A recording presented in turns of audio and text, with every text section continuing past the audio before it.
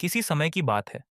राजमहल के आसपास एक पुराना किला था, जिसे लोग किला कालियां कहते थे। इस किले के बारे में कहा जाता था कि यहाँ एक अद्भुत और रहस्यमय रत्न छिपा है, जिसे हासिल करने की इच्छा रखने वाले कई योद्धा और मूक साधु इस किले में प्रवेश करने की कोशिश कर चुके थे, लेकिन कोई भी बाहर नहीं लौटा।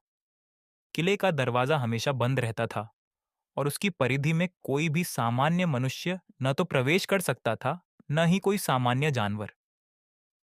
यह किला रहस्यमय शक्तियों का एक ठिकाना था और हर एक को यह विश्वास था कि इस किले में छिपी हुई शक्ति किसी राजा को उसका साम्राज्य और हर किसी को उसकी इच्छाओं का पूरा करने का सामर्थ्य दे सकती है। चंद्रकांता, जो एक साहसी और बुद्धिमान योद्धा थी, ने इस रहस्यमय किले के बारे में सुना।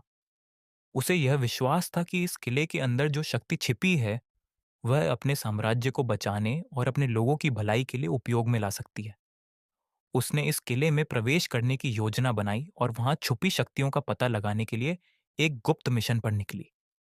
उसने किले तक पहुंचने के लिए अपने कुछ वफादार सैनिकों को साथ लिया, लेकिन जैसे ही वे किले के पास पहुंचे, उन्हें वहां कोई नहीं मिला। दरवाजे पर एक अदृश्य शक्ति थी, जो किसी को भी अंदर जाने से रोकती थी। चंद्रकांता ने अपनी तेज बुद्धि और प्राचीन ग्रंथों का अध्ययन किया था और उसे जल्दी ही समझ में आ गया कि यह किला किसी प्रकार की माया से बना था।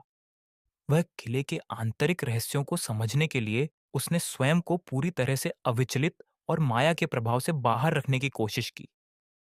धीरे धीरे किले के भीतर की माया उसे अपने जाल में फंसाने लगी और वह एक अलग ही दुनिया में पहुंच गई, जहां समय और स्थान का कोई अर्थ नहीं था। इस रहस्यमय स्थान में एक विचित्र और सुंदर नगरी थी, जो किसी और समय में अस्तित्व में रही होगी। वहां के लोग किले के रत्न की ताकत के बारे में जानते थे और हर कोई चाहता था कि वह उस रत्न को पा सके। लेकिन वहां का एक अजीब सा नियम था। जो भी रत्न को प्राप्त करना चाहता था, उसे सबसे पहले अपनी सबसे बड़ी कमजोरी का सामना करना पड़ता था। चंद्रकांता को भी इस परीक्षा से गुजरना पड़ा। उसकी कमजोरी थी अपने प्रिय लोगों की सुरक्षा की चिंता और उनका खो जाने का डर। उसने इस डर को अपनी शक्ति में बदल लिया और किले के भीतर की शक्ति को महसूस किया।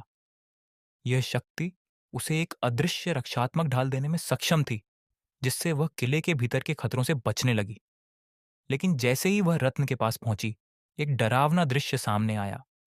किले का राजा, जो लंबे समय से वहां कैद था, चंद्रकांता से मिलने आया। उसका चेहरा धुंधला था और उसने चंद्रकांता से कहा, तुम वह हो जिसने रत्न के प्रभाव को सहन किया, परंतु याद रखना, इस रत्न के साथ एक और बड़ी सजा जुड़ी हुई है।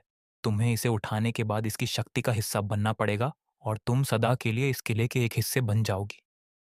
चंद्रकांता ने उसकी बातों पर विश्वास नहीं किया, लेकिन जब उसने रत्न को छुआ, तो एक भयंकर हलचल मच गई।